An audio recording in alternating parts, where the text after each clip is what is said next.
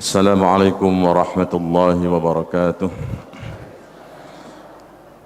الحمد لله القائل في كتابه الكريم: أعوذ بالله من الشيطان الرجيم، يرفع الله الذين آمنوا منكم والذين أوتوا العلم درجات. اللهم صل وسلم وبارك على نبينا محمد وعلى آله وأصحابه ومن تبعهم بإحسان إلى يوم القيامة. أما بعد. Hadirin jemaah kajian Ahad pagi Masjid Darul Iman yang dirahmati Allah, kita bersyukur kepada Allah pada kesempatan pagi hari ini diberikan kesempatan, kekuatan, kemampuan untuk bisa melangkahkan kaki kita ke masjid yang mulia ini untuk mengikuti taklim. Yang kedua, salawat dan salam semoga selalu dicurahkan oleh Allah Subhanahu wa taala kepada baginda Rasulullah Muhammad sallallahu alaihi wasallam, Rasul kita semua, teladan kita yang telah mewariskan dua hal yang kalau kita berpegang kepada keduanya insyaallah kita akan selamat dunia sampai akhirat, yaitu warisan beliau Al-Qur'an dan As-Sunnah. Hadirin yang dimuliakan Allah Subhanahu wa taala, pembahasan kita pada kesempatan ini melanjutkan pembahasan beberapa minggu yang lalu. Kami telah menjelaskan tentang Universitas Ajaran Islam, ya. Kemudian juga tentang, ini sudah masuk kita bahas kemarin, perbedaan syariah dan fikih, dan juga tentang karakteristik dinul Islam. Mari kita mulai dengan membaca basmalah.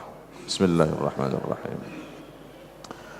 Perlu saya ulangi sebentar kaitannya dengan ini. Hadirin yang dimuliakan Allah Subhanahu wa taala, di dalam fikih itu ada kita kenal istilah syariah, ada fikih.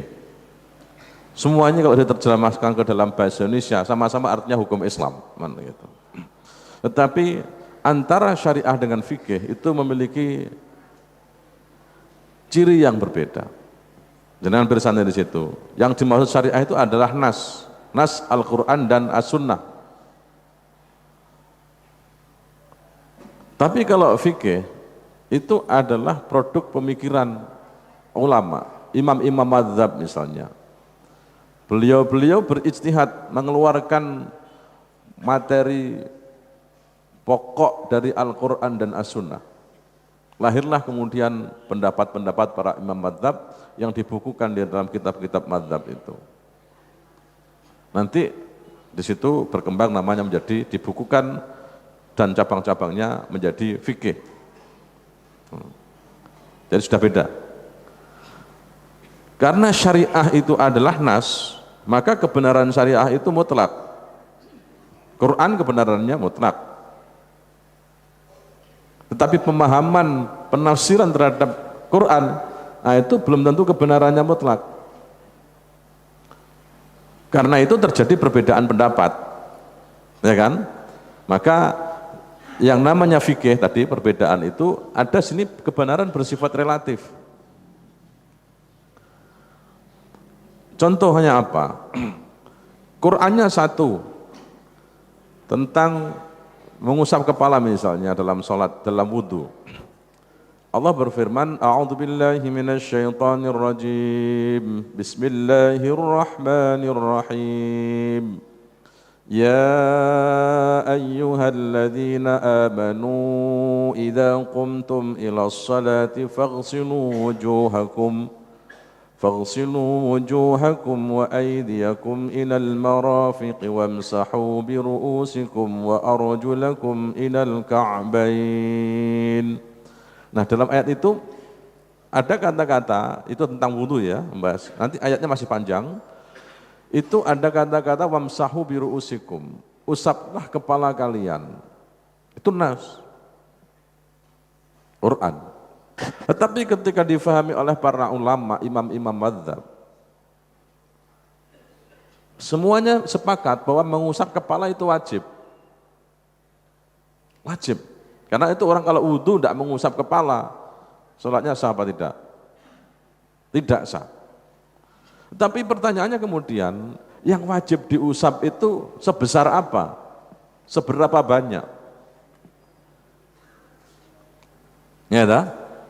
Ada yang wajib mengusap itu karena baknya di situ berarti sebagian, mengusapnya cuma sebagian saja.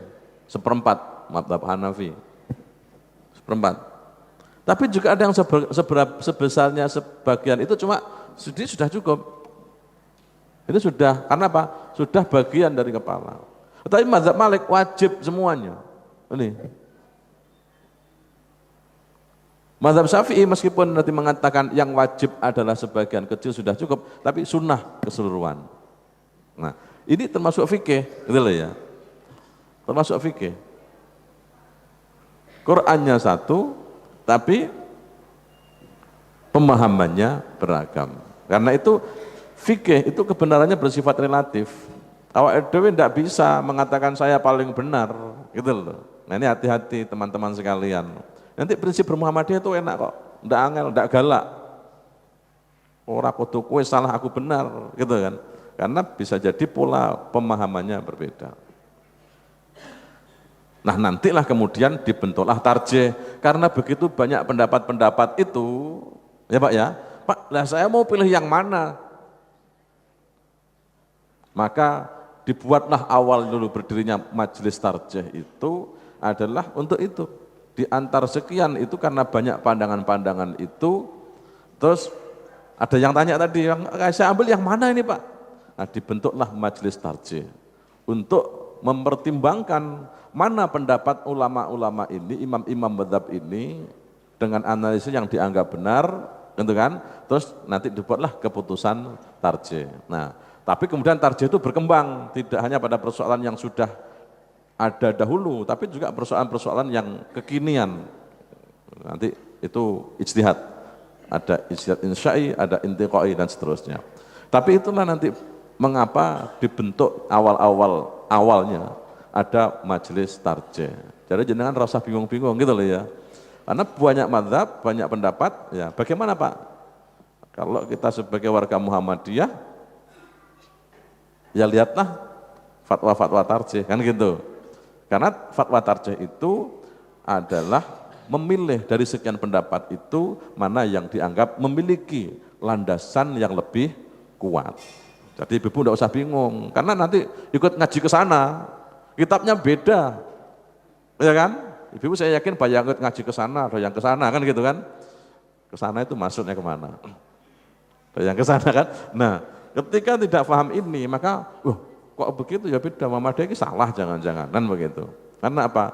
Punya cara berpikir yang berbeda. Nah, tarjih itu punya cara berpikir tadi itu. Kemudian syariah itu tidak mengalami perkembangan. Sejak dulu namanya Quran ya sudah selesai. Ada yang mengatakan ayat yang terakhir Al-Maidah itu, Al-yawma akmaltu lakum dinakum wa atmamtu alaikum ni'mati wa raditu lakumul Islam dina. Ada yang mengatakan itu yang terakhir. Ada yang komentar, itu bukan yang terakhir, itu terakhir yang berkaitan dengan hukum. Ada lagi yang terakhir lagi, Al-Baqarah 281. Wattaqu yawman turja'una fihi ilallah, thumma tuwaffa kullu nafsim ma kasabat wa hum la yudhlamun. Ada yang mengatakan itu yang terakhir, sudah terakhir, kan begitu. Ada yang mengatakan juga yang terakhir, idza ja'a nasrullah, kan itu. Nah, itu ayat yang terakhir saja juga berbeda-beda pendapat kan gitu. Nah, tapi yang jelas Quran tidak tambah, ya kan? Hadis tambah enggak?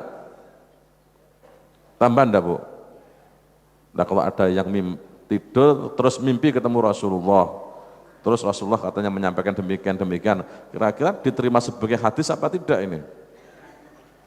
Terus jangan guyu, ini ada yang begitu. Ya, kalau kita tidak menerima yang seperti itu, tapi itu dunia seperti itu ada, ya. Fikih kalau berikutnya apa? Fikih mengalami perubahan sesuai dengan tuntutan. Nanti karakterisnya di belakang ya, di belakang kita jelaskan. Fikih tidak mengalami perubahan, fikih mengalami perubahan. Ibadah tidak berubah ya. Ibadah tidak berubah, akidah tidak mengalami perubahan. Tapi persoalan-persoalan muamalah itu mengalami perkembangan. Itulah nanti yang dalam Muhammadiyah ada namanya tajdid. Ngaten, Pak. Nanti saya jelaskan di belakang. Ini pula nanti yang membedakan Muhammadiyah dengan beberapa ormas, gitu loh Pak. Cara berpikir ini. Karena itu ngajine rono-rono tadi, karena cara berpikirnya beda, jangan bisa jadi malah mumet. Gitu loh ya. Ngaji yang kira-kira punya fikrah yang bisa difahami, yang memiliki kesamaan. Tapi kalau beda, nanti akan bingung. Oh ini Ustadz ini kok begini, Ustadz ini kok begini. Apalagi channelnya jenengan di rumah TV-nya banyak sekali kan.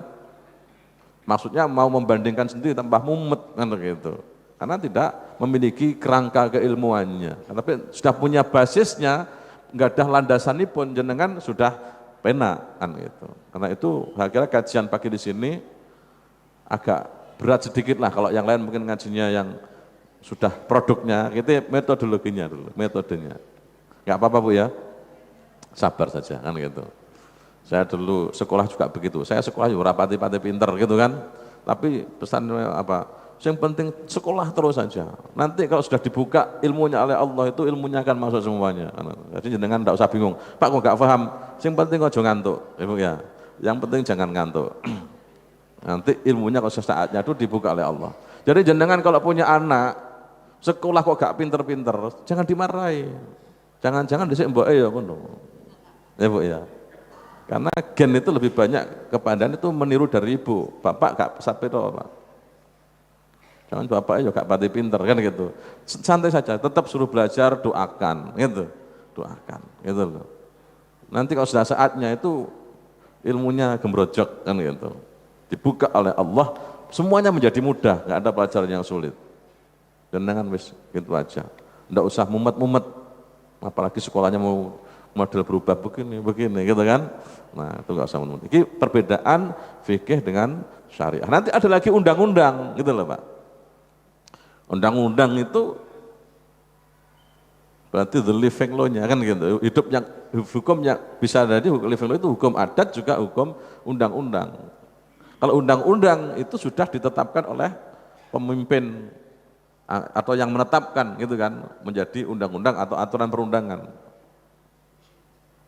Sehingga bisa jadi syariah menjadi fikih, fikih kemudian segitu kuat, anggota dewan yang jenengan pilih juga benar, terus mendukung, kan gitu kan, maka menjadilah undang-undang zakat, kan gitu.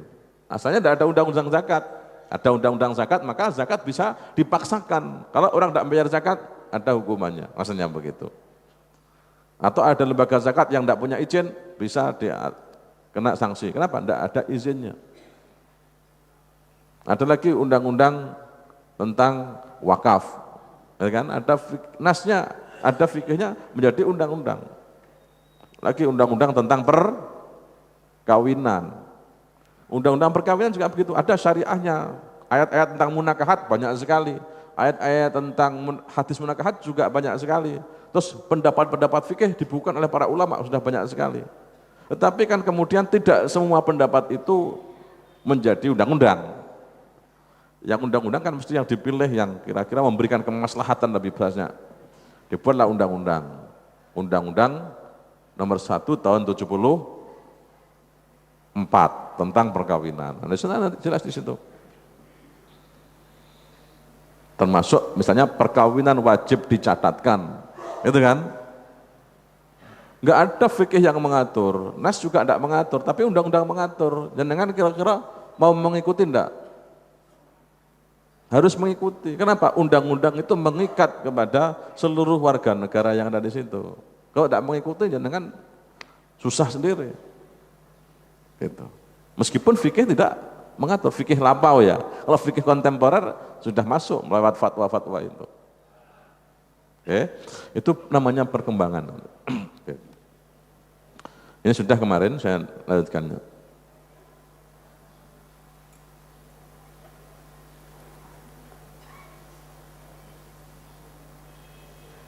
Oke, ini kalau ditanyakan, kan banyak tadi kan ada ormas-ormas yang lain, ya kan ada Salafi, ada NU, ada HTI, ada Muhammadiyah, ada Al-Wasliyah, ada apa lagi Pak? Persis, ada Al-Irsad, normalnya Pak.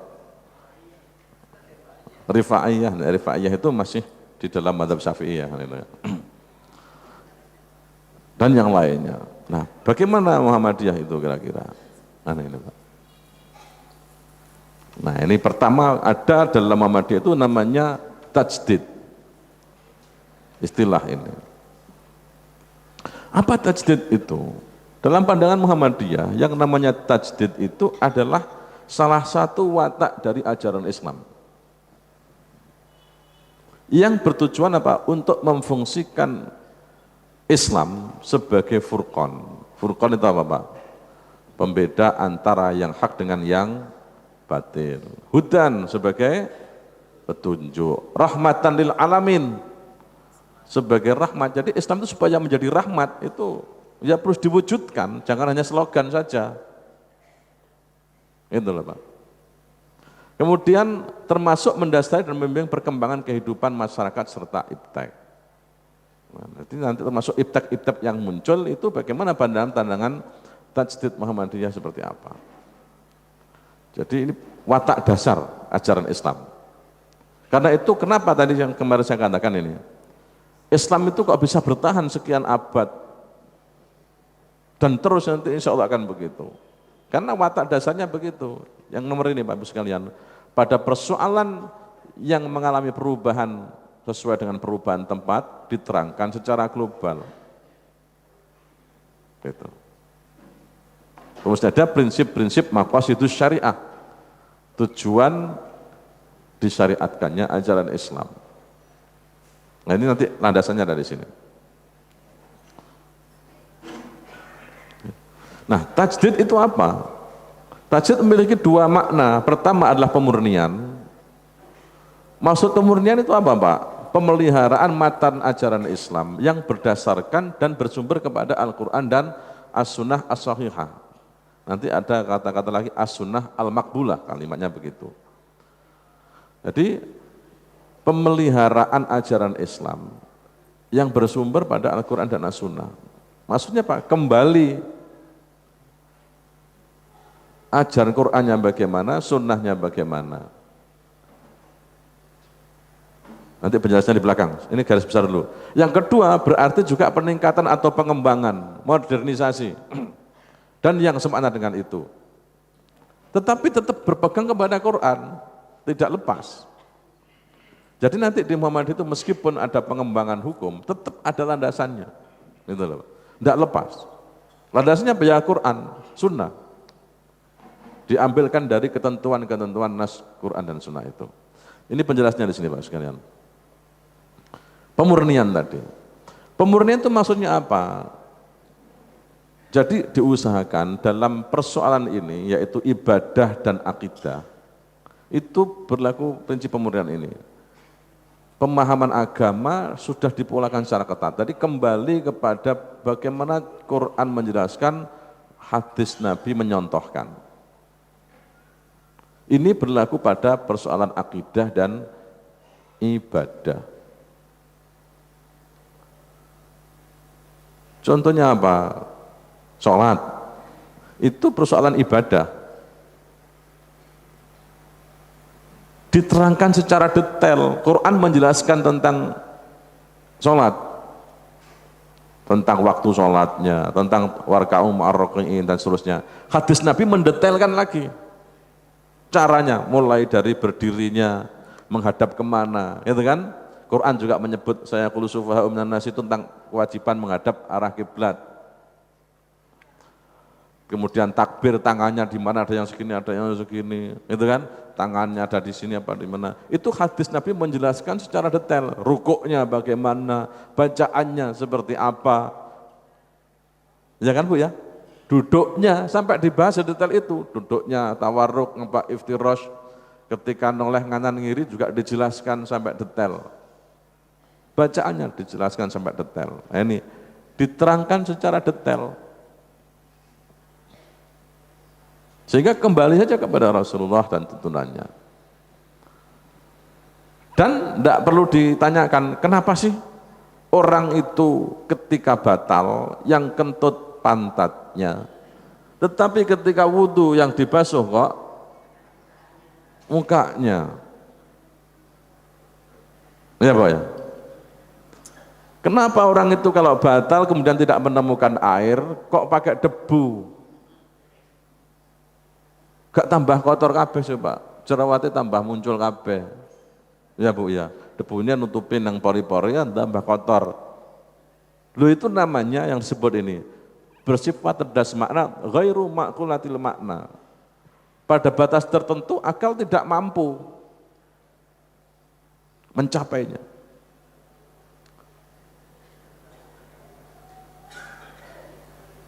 Terus berlaku prinsip ini, hukum asal pada ibadah itu adalah haram. Al-aslu fil ibadah at-tahrim hatta yaqumad dalilu alal amri. Sampai ada perintah. Jadi sholat itu, Bapak sekalian, sebenarnya tidak usah. Kecuali kalau ada perintah. Puasa juga demikian, tidak usah ngada-ngada sendiri. Sudah ada puasa, apa Pak? Ramadan, puasa Senin, Kamis, ada puasa Daud, ada puasa Muharram, ada puasa Amil Bid. Terus nambah-nambahi Pak, khusus hari Jumat saya tak puasa.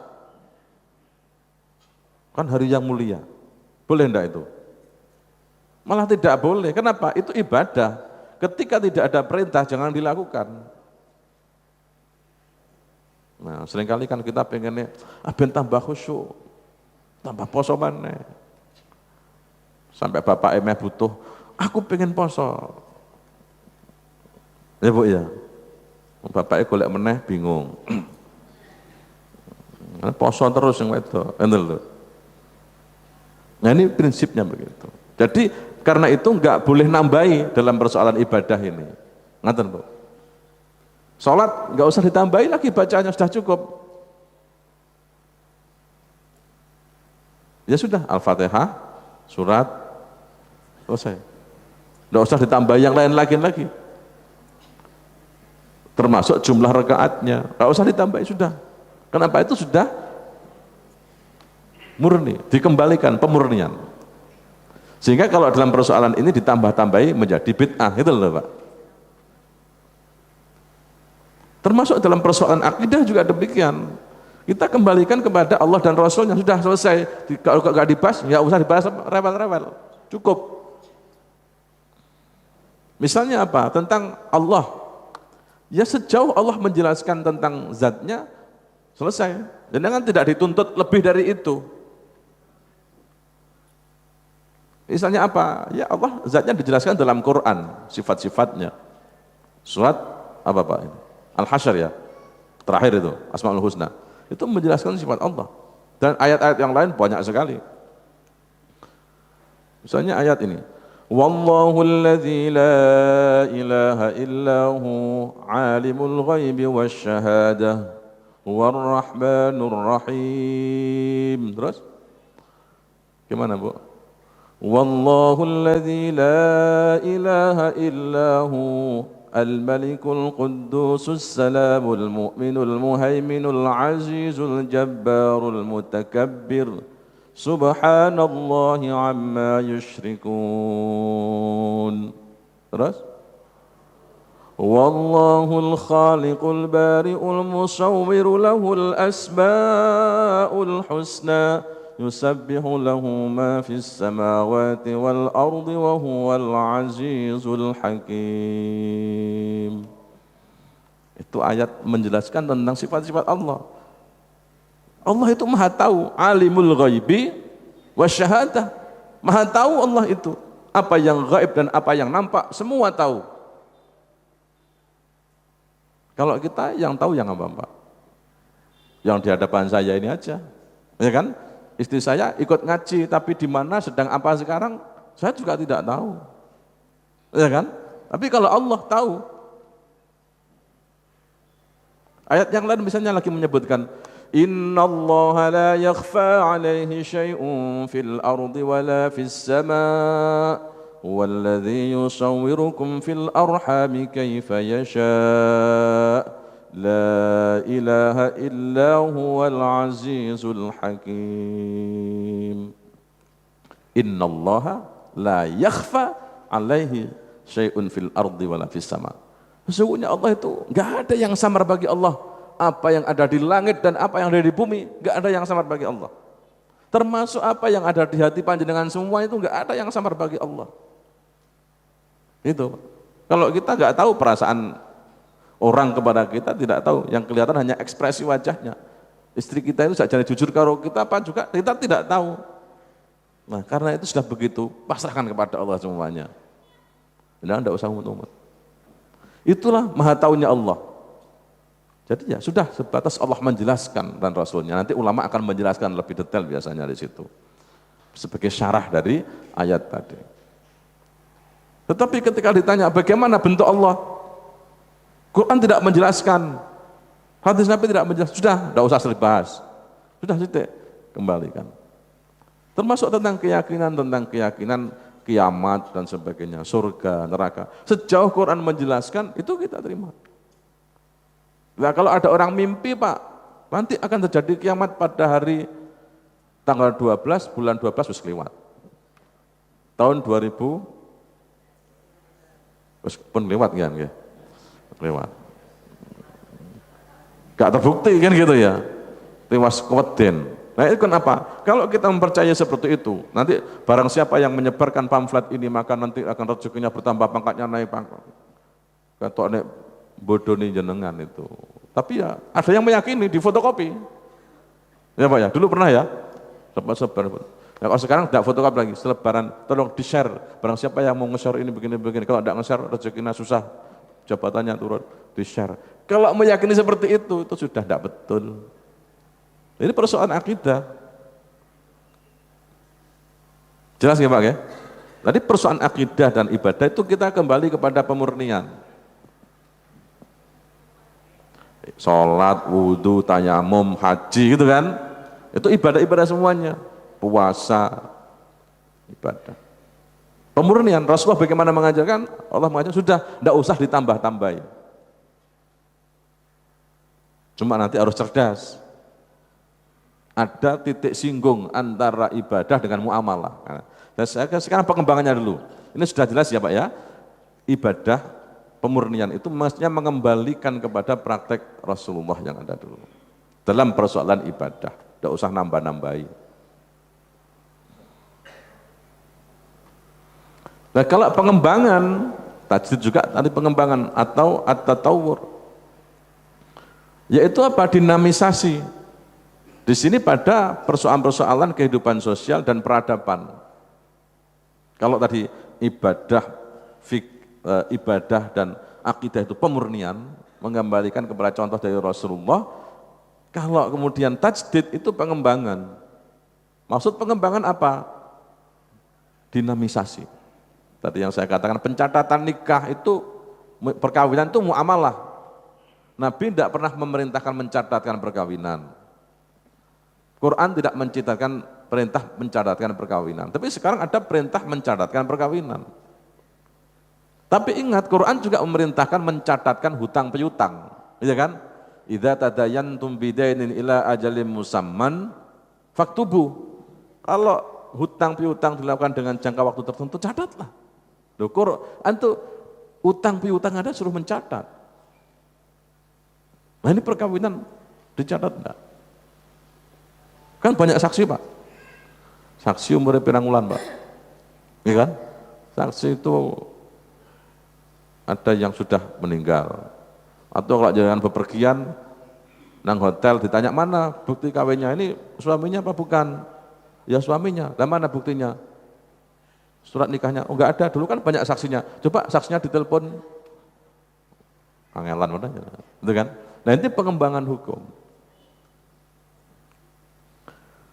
Kenapa? Berdasarkan ini, penemuan kembali substansi agama, yaitu bidang muamalah.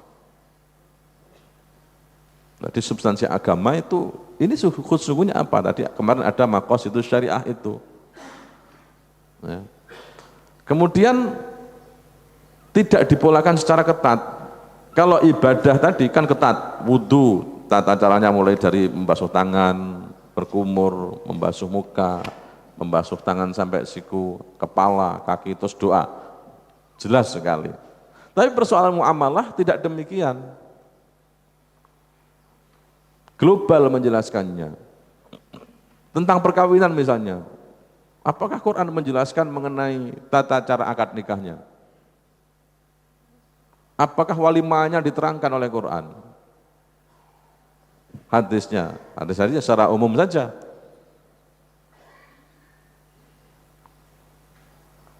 Memang ada ketentuan-ketentuan umum, misalnya nanti apa tentang mahram, ya kan, orang yang tidak boleh dinikahi. Itu dijelaskan di Quran, karena pokok-pokoknya. Sampai nanti pada persoalan iddah, persoalan kawin itu memang detail Quran, tetapi masih terbuka peluang. Kalau orang Pekalongan mulai dari apa Pak? Pertama dodok lawang atau apa dulu? Saya dulu tidak pakai proses seperti itu karena bukan di Pekalongan gitu kan. Kalau dapat Pekalongan mungkin bukan dodok lawang. Terus apa dulu Pak? Dodok lawang menanyakan ya. Terus sang-sangan. Terus nah jenengan piantun Pekalongan kan paham ini. Prosesnya kan itu dawa gitu kan.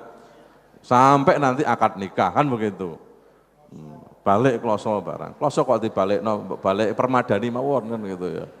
Nah, biyen dadangan permadani sik kloso. Nah, itu kan proses. Apakah Quran mengatur ini hadisnya? Tidak, itu persoalan muamalah. Apakah itu tidak boleh? Nah, lihat di bawah ini. Tidak dipolakan secara ketat. Terus prinsip bawahnya berlaku asas al-aslu fil asya al-ibaha. Pada dasarnya boleh, kecuali ada larangan. Ngerti lho Pak. Jadi pakai tradisi budaya lokal boleh, selama tidak ada yang melanggar syariat, gitu loh. Jelas nggih? Jenengan mau dodok lawang ping 7 ya ora apa-apa. Mergo duwite akeh nggawa iki nggawa. Boleh aja kan gitu. Serah-serahnya mau pakai BPKB, mau pakai sapi boleh. Ya kan? BPKB apa Bu? Mobil yang terbaru, yang teranyar. Ora cuma wedhus siji ra. BPKB Fortuner sing edisi terbaru. Apa ya? Ayam bukan tuku dhewe. Boleh tak boleh aja, enggak apa-apa. Yang penting tidak memberatkan. Apa? Itulah kelonggaran syariat Islam. Yang enggak boleh misalnya apa? Nanti larangannya. Semuanya boleh dikawin kecuali 13 orang. Surat An-Nisa ayat berapa Pak? 20? Pinten? Ayat 23 nggih. Kan jenengan ujian cek metu eling lho Bu. Meskipun tidak ada ujian nasional, tetapi jenengan tetap hafal gitu loh. Jenengan kok bingung, gak ada ujiannya ora usah dieling-eling, lho ngaji gak dieling lali kabeh kan gitu. Meskipun tidak ada ujian nasional, gitu loh Pak. Ada menyebutkan siapa yang diharamkan? Tadi Quran menjelaskan, hurrimat alaikum ummahatukum wa banatukum wa akhawatukum wa ammatukum wa khalatukum wa banatul akhi wa banatul ukhti wa ummahatukum allati arda'nakum wa akhawatukum minar radha'ah wa ummahatun nisaikum. Terus begini. وربائبكم اللاتي في حجوركم من نسائكم اللاتي دخلتم بهن فإن لم تكونوا دخلتم بهن فلا جناح عليكم وحلائل أبنائكم الذين من أصلابكم وأن تجمعوا بين الأختين إلا ما قد سلف. 13 orang yang diharamkan. Kenapa dereng? Loh jenengan kudu ngapal nongko nek meh mantu jebule kok masuk ke kelompok ini gak boleh gitu loh Pak. Ya Bu ya. Orang nganggo naga dina ketemune satu kliwon karo Rebo Legi ora oleh kawin. Wis kadung seneng.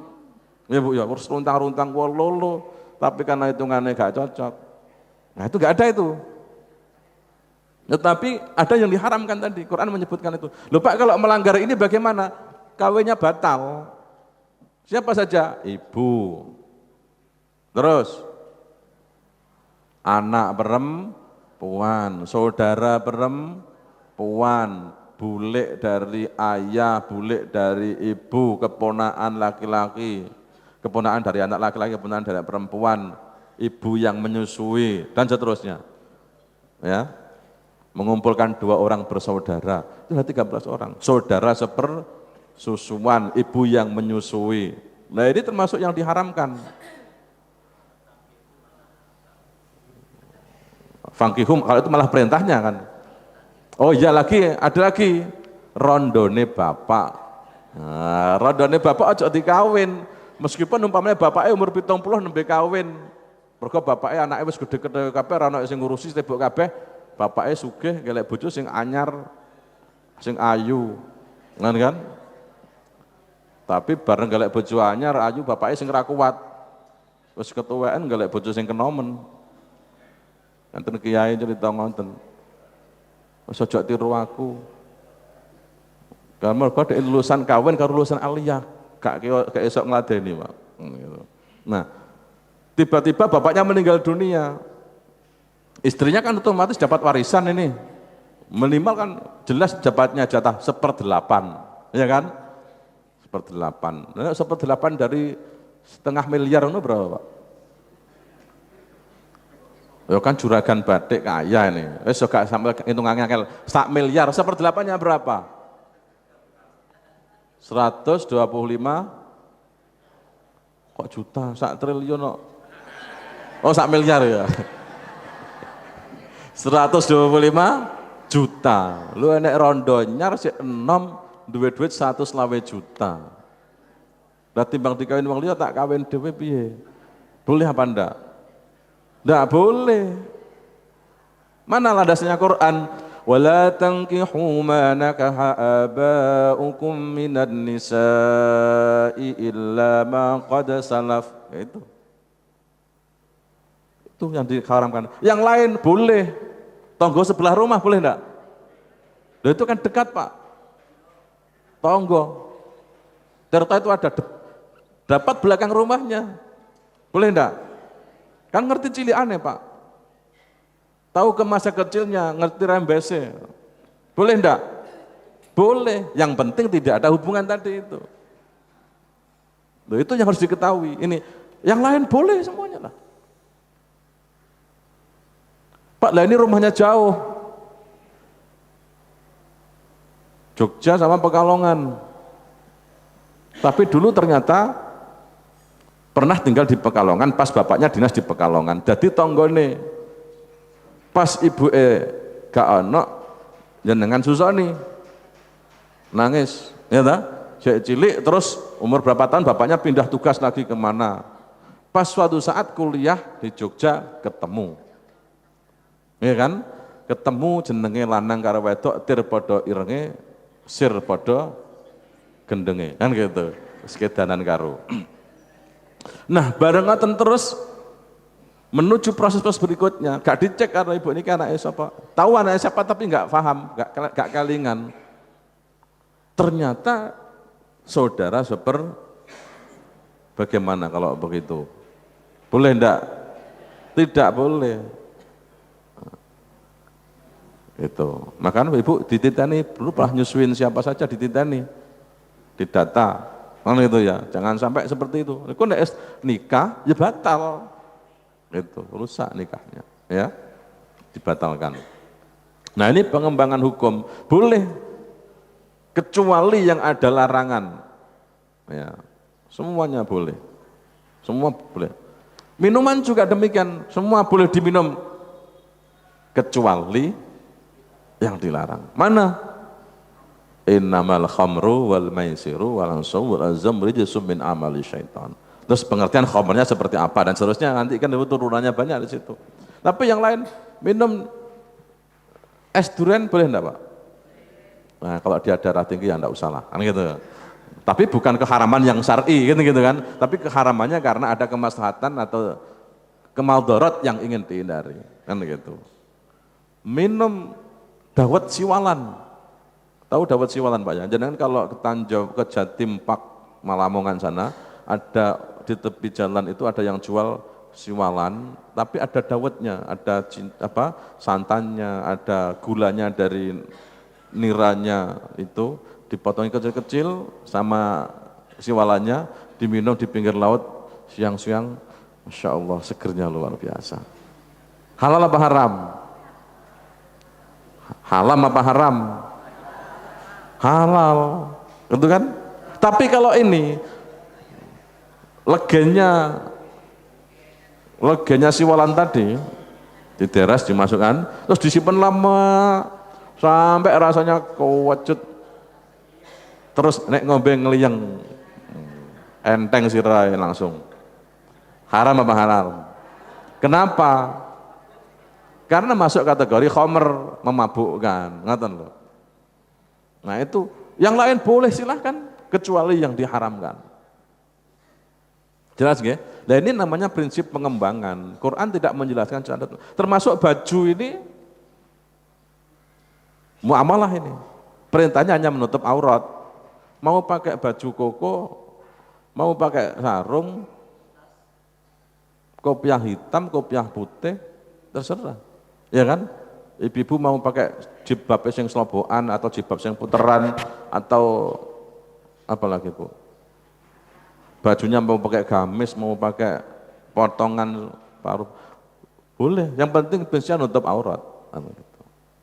Nah, cuma nanti harus dipahami nih Bu sekalian. Ini gambarnya kira-kira beginilah, ya gambarnya kira-kira begini. Jadi tajdid itu pemurnian pada pokok-pokok akidah dan ibadah yang tadi nalar tidak bisa masuk. Dapat nanti paling nanti hikmahnya. Kenapa sih orang sholat, hikmahnya sholat begini, puasa hikmahnya begini. Tetapi kalau tadi yang prinsip yang kedua, tajdid berarti pengembangan atau dinamisasi, ini pada persoalan muamalah, di mana belum dipolakan secara ketat. Beda dengan ibadah itu ketat. Haji kok tanggal 22 Rabiul Awal, sah apa enggak? Ya enggak sah, sudah ditentukan 9 Dzulhijjah, Armina itu kan, sampai 11, 12, 13 Dzulhijjah selesai. Pak, lah timbangannya rame-rame, sekarang sepi nih. Aduh, nggih rombongan jamaah Darul Iman haji sekarang gimana Pak? Pas sepi nih. Boleh enggak Pak? Boleh enggak Pak? Enggak boleh. Ya jalan-jalan tok jenengan ke sana. Ya kan? Kenapa? Sudah dipolakan, waktunya ditentukan. Itu namanya ibadah yang mahdhah, ya. Ghairu ma'qulatil mana. Sementara muamalah tidak dipolakan secara ketat tadi itu. Pakaian yang penting nutup aurat dengan sempurna. Mau pakai apa terserah. Berlaku prinsip yang kebalikan ini. Segala sesuatu itu boleh sampai ada dalil yang melarang. Kalau yang di atas segala sesuatu itu haram sampai ada yang memerintahkan. Jadi nggak usah gawe model poso sendiri, nggak usah. Bikin model sholat sendiri, nggak ada tuntunannya, nggak usah. Pak, ini kan pada kawan kiri kok pada sholat yang begini-begini kok saya tidak paham, saya tak ikut bagaimana? Kalau Anda menemukan dalil yang merintahkan, lakukan. Kalau tidak menemukan, tidak usah. Itu prinsipnya. Karena sering kali saya mendapat SMS begitu, Pak ini bagaimana? Prinsipnya beginilah, kan gitu. Prinsipnya begini. Pada persoalan ibadah terjadi pemurnian. Nah ada teman-teman kita yang pokoknya pemurnian kabeh dibalikan kepada masa Nabi dan sahabat. Ya kan? Nah ini sepertinya tidak cocok dengan pola pikir ini. Tidak cocok. Nah, yang harus hati-hati ada ini Bapak sekalian. Ada titik singgung antara ibadah dan muamalah. Contohnya begini. Salat itu ibadah mahdhah. Jelas nggih? Terus Nabi sudah memberikan waktunya. Quran juga menyebutkan inna sholata kanat 'alal mu'minina kitaban mauquta. Ya kan? Sudah ditentukan waktunya. Karena itu enggak boleh salat sakarepe dhewe. Jam 2:30 sudah salat asar. Boleh enggak? Enggak boleh. Belum masuk waktunya. Ya kan? Jam 3 malam salat subuh. Saking sregebe. Enggak boleh, belum masuk waktunya. Tapi harus hati-hati. Ada ini titik singgung antara ibadah dan muamalah. Misalnya begini. Bapak Ibu, untuk mengetahui waktu sholat itu kan ibadah mahdhah. Ya kan? Terus Nabi sudah cara menentukan waktu subuh. Waktu subuh ketika matahari fajar shadiq mulai muncul. Waktu zuhur ketika matahari lingsir. Waktu asar ketika bayang-bayang sesuatu sama dengan bendanya, lebih sedikit masuk waktu asar. Matahari tenggelam waktu maghrib dan seterusnya. Ditentukanlah Nabi contoh waktunya. Sekarang jenengan kalau mau sholat lihat matahari apa tidak? Loh, jangan kalau begitu enggak cocok dengan sunnah Nabi. Iya. Loh ini titik singgung Pak, sholat itu ibadah mahdhah. Tetapi cara menentukan waktunya, Nabi tadi menentukan waktunya kan jam sekian-sekian itu kan. Kemudian dihitung oleh para ulama, dibuatlah rumus-rumus. Nanti kalau matahari pada posisi ini, tanggal sekian bulan ini, itu ketinggian sekian, miring sekian, masuk waktu jam sekian. Hisab namanya. Itu berkembang. Hisab dulu dengan hisab sekarang terjadi perkembangan, sekarang lebih akurat. Buktinya apa? Terjadi gerhana jam berapa bisa diketahui. Iya tak? Itu hisab. Kalau dulu zaman lawas-lawas yang hisab itu ya ilmu-ilmu tenun itu, nggak ngitung-ngitung nasib itu hisabnya begitu dulu. Astronominya begitu, astrologi lah sekarang gitu kan.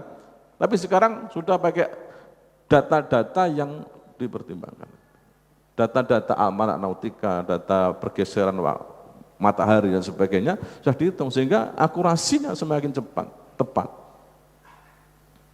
Dan di sini waktu sholat dihitung. Sholatnya ibadah mahdhah, tetapi cara menghitung waktunya itu kategorinya muamalah. Karena bisa dikembangkan dengan ilmu. Contoh lagi, sholat wajib menghadap cara menentukan arah kiblat. Apakah jenengan langsung keker bolong, oh kelihatan Ka'bah? Enggak. Kalau yang dekat dengan Ka'bah kelihatan, yang enggak jauh seperti kita ini yang enggak kelihatan, pakai apa Pak? Kompas. Nah kompas kalau enggak tahu bujur dan lintangnya, ayo, bujur lintang taunya dari mana? Ilmunya siapa? Nah, di sini berarti kita ada titik zoom ini. Itu masuk muamalah. Silahkanlah. Dulu jenengan pakai ngitung dulu arah kiblatnya apa zenit apa itu ya. Dihitung dulu kemiringannya berapa, terus pakai kompas dicari barat utara barat mana? Utara selatan dicari terus barat mana dikasih siku terus diambil miringnya sekian derajat. Dulu pakai itu. Ya kan? Terus pas tanggal-tanggal tertentu matahari di sini berada di atas Ka'bah jam sekian pukul sekian bulan Juni, maka setiap bayang-bayang sesuatu lurus dengan arah kiblat, titeni goleki masjidnya dicek cocok enggak? Nah, gitu. Itu ilmu hisab juga. Terus lagi sekarang pakai HP, ya kan? HP sudah ada Androidnya itu. Terus digolek, oh kiblatnya rono, gampang. Boleh enggak? Nah inilah terjadi titik singgung. Satu sisi sholat itu ibadah mahdhah, menghadap kiblat juga suatu kewajiban, tapi cara menentukan arah kiblatnya itu berkembang. Termasuk cara mengetahui awal bulan. Puasa itu wajib, mengawali awal Ramadan wajib ibadah mahdhah, tapi cara menentukan awal Ramadannya seperti apa? Disitulah berkembang ilmunya. Ilmu hisab. Ada ahli hisab tidak di sini? Bukan ahli rokok loh ya, ahli hisab rokok bukan. Ahli hisab hitungan astronomi. Inilah berkembang. Nah, kadang-kadang ada pola pikir yang itu enggak cocok dengan sunnah Nabi. Sunnah Nabi kan sumu li ru'yatihi wa aftiru li ru'yatihi. Puasa kalian karena melihat bulan. Kalimatnya kan karena, bukan dengan melihat. Jadi beda kayak. Nek biru yati kan berarti dengan melihat bulan. Liru karena melihat bulan. Muhammadiyah itu juga ru'yah. Tapi ru'yah bolak-balik gagal mana, masa mau gagal terusan begitu. Maka dikembangkanlah ilmu hisab itu di Muhammadiyah sampai jadi kriteria hisab dengan kriteria wujudul hilal itu. Nah, masih digodok terus karena ini berkembang. Pertanyaan muncul lagi, Pak, kalau di Mekah sedang wukuf di Arafah, kita di sini belum puasa. Sana sudah hari raya, kita di sini puasa Arafah. Itu kira-kira bagaimana? Kan pernah ya, Bu ya? Muncul pertanyaan, ini gimana, Pak? Nah, inilah nanti muncul upaya-upaya penyatuan kalender Hijriah internasional yang masih digagas kan begitu kan. Tapi sementara begitu kan gitu. Sementara itu problem ini betul. Itu berkembang ilmunya. Ini jadi ada titik singgung ini. Yang jenengan nanti kadang-kadang kalau diserang ini salahkan di sini ya itu harus paham gitu kan. Supaya memahami pola pikir kita seperti itu. Jadi disinilah berkembang nanti hisab. Sholat jenengan tidak usah lihat matahari tapi lihat jam kan begitu. Jam berapa suruknya, matahari terbitnya, jam berapa tenggelam kelihatan di jam. Subuhnya sekarang jam 4 lebih berapa? 4 lebih 7. Oh malah 3.55 itu kan malam sekali. Nah, sekarang juga lagi dikritisi apakah subuh di Indonesia itu terlalu malam apa tidak? Ya digodok, nah namanya ilmu itu berkembang kan gitu ya, berkembang. Hadirin yang dirahmati Allah Subhanahu wa taala, materi ini masih banyak tapi nanti sampai di sini dulu. Kalau ada yang bertanya monggo. Monggo.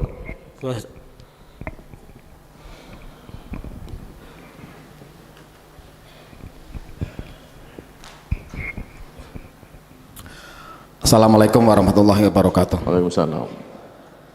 Di awal tadi disebutkan ada syariah dan ada produk fikih Pak. Yang ingin saya tanyakan, rokok yang diharamkan oleh Muhammadiyah itu produk syariah atau fikih? Dan haramnya ini apakah bisa disetarakan dengan haramnya babi atau khamr Pak? Terima kasih.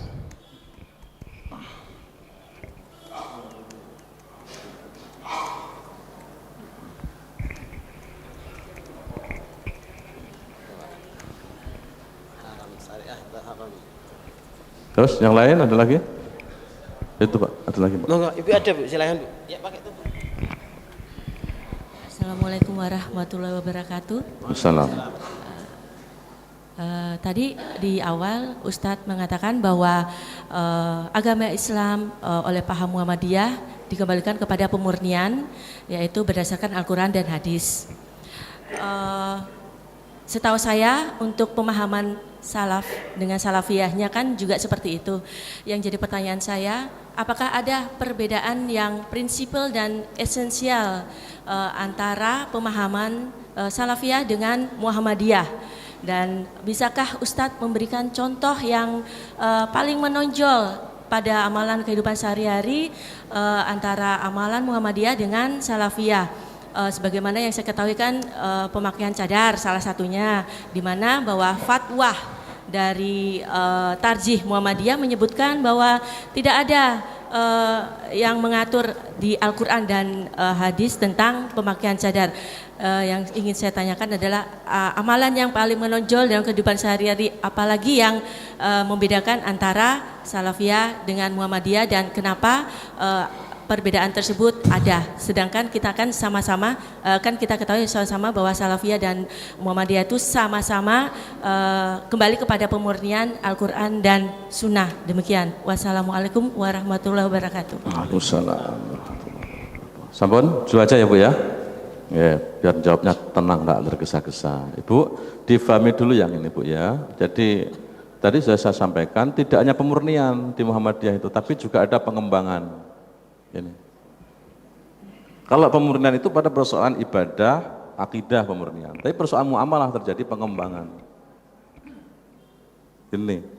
Jadi Muhammadiyah tidak hanya pemurnian. Karena itu Muhammadiyah kenapa kok menggunakan hisab? Tadi yang saya katakan itu bagian dari tata cara menentukan awal bulan, itu bukan ibadah makhluk tapi muamalahnya di situ. Karena ilmu itu berkembang, maka Muhammadiyah menggunakan hisab. Tapi juga tidak menolak ru'yah. Di HPT juga begitu, tetap juga ada di situ, ada ru'yah. Tapi proses perkembangan itu dilalui, kemudian ada kegagalan. Bisa difahami ya Bu ya ini? Pemahaman kita di sini, Indonesia ada tidak yang di atas, tetapi ada yang di bawah ini, dinamisasi. Contoh yang paling gampang, Jadi kalau memang gini, orang mengatakan kembali kepada Quran dan Sunnah itu ya hampir semuanya begitu. Jadi jangan dikira NU pun tidak kembali Quran Sunnah, kembali, cuma caranya berbeda. Dengan mengikuti pendapat ulama mazhab kan begitu, empat mazhab. Nanti yang diambil rata-rata ya mazhab Syafi'i. Syafi'i nanti merucut kepada Imam Rafi'i kan gitu. Nah, ada begitu. Di sini. Nah, tadi ada Salafi atau kalau Salafiyah itu gerakan Salafiyah itu ada yang sejak lama ada, tapi kalau Salafi sendiri ya, dia sebagai sebuah gerakan, sebagai sebuah organisasi atau dibedakan. Nah, kalau Salafi contoh aja itu kan, itu misalnya apakah Salafi menggunakan hisab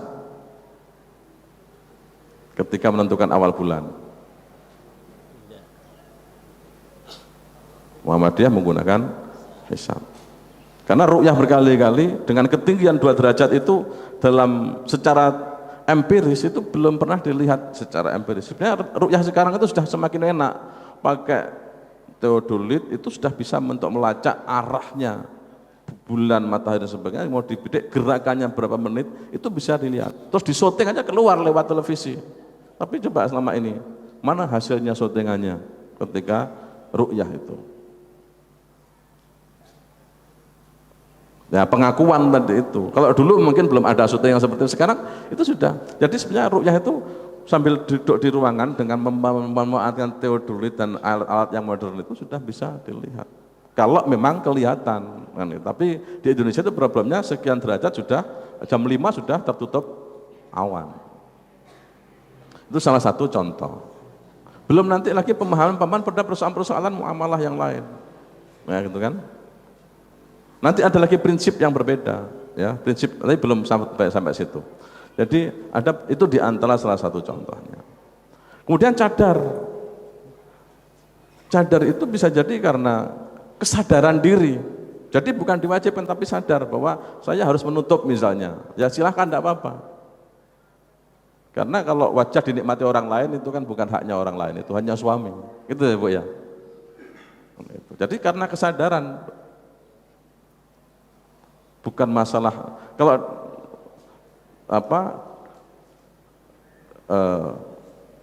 apakah wajib apa tidak lah itu nanti prinsipnya bukan, tapi itu adalah sebuah kesadaran dia, saya tidak maulah wajah saya dilihat oleh laki-laki yang bukan suami saya, kan begitu.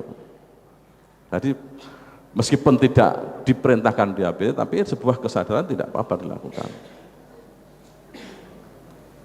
Karena itu Muhammadiyah tidak melarang, kalau ada warganya pakai cadar juga tidak dilarang, kan gitu, tidak dilarang. Itu pada persoalan muamalah.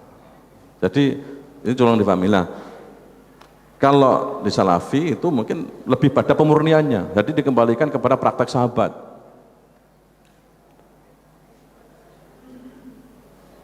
Dan cara berpikirnya biasanya lebih tekstual. Karena itu di Salafi wajib mencatatkan nikah enggak Bu? Wajib enggak? Nah di Muhammadiyah diwajibkan. Kenapa? Karena kalau sudah dicatatkan laki-laki itu sakarepe dhewe. Cara ngono soleh kucing sing soleh lah. Sak soleh-soleh kucing nek roh napa Pak? Gereh nang dhuwur meja, meskipun mejane wong ya dijupuk anu. Niku lanang-lanang kata. Gitu Bu. Nah itu wajib dicatatkan supaya tidak sakar PDW. Gitu loh laki-laki itu diatur. Nanti di sana ngaku bujang, sana bujang. Apalagi orang Pekalongan ke Jogja, nanti Mas mulai nang Jogja. Terus satu mulai nang Surabaya. Jadi pulangnya kemana-mana. Ya Bu ya. Kalau suaminya jenengan kan pulangnya ke Pekalongan. Ini enggak, ke Jogja pulang, ke Solo pulang. Ke Surabaya pulang lagi. Kenapa? Enggak ada akte nikahnya itu. Dan resikonya apa? Bagi istri, enggak bisa nuntut nafkah, enggak bisa nuntut waris, anaknya enggak dapat hak nafkah, madorotnya besar. Gitu. Itu Bu ya, bisa dipahami ya?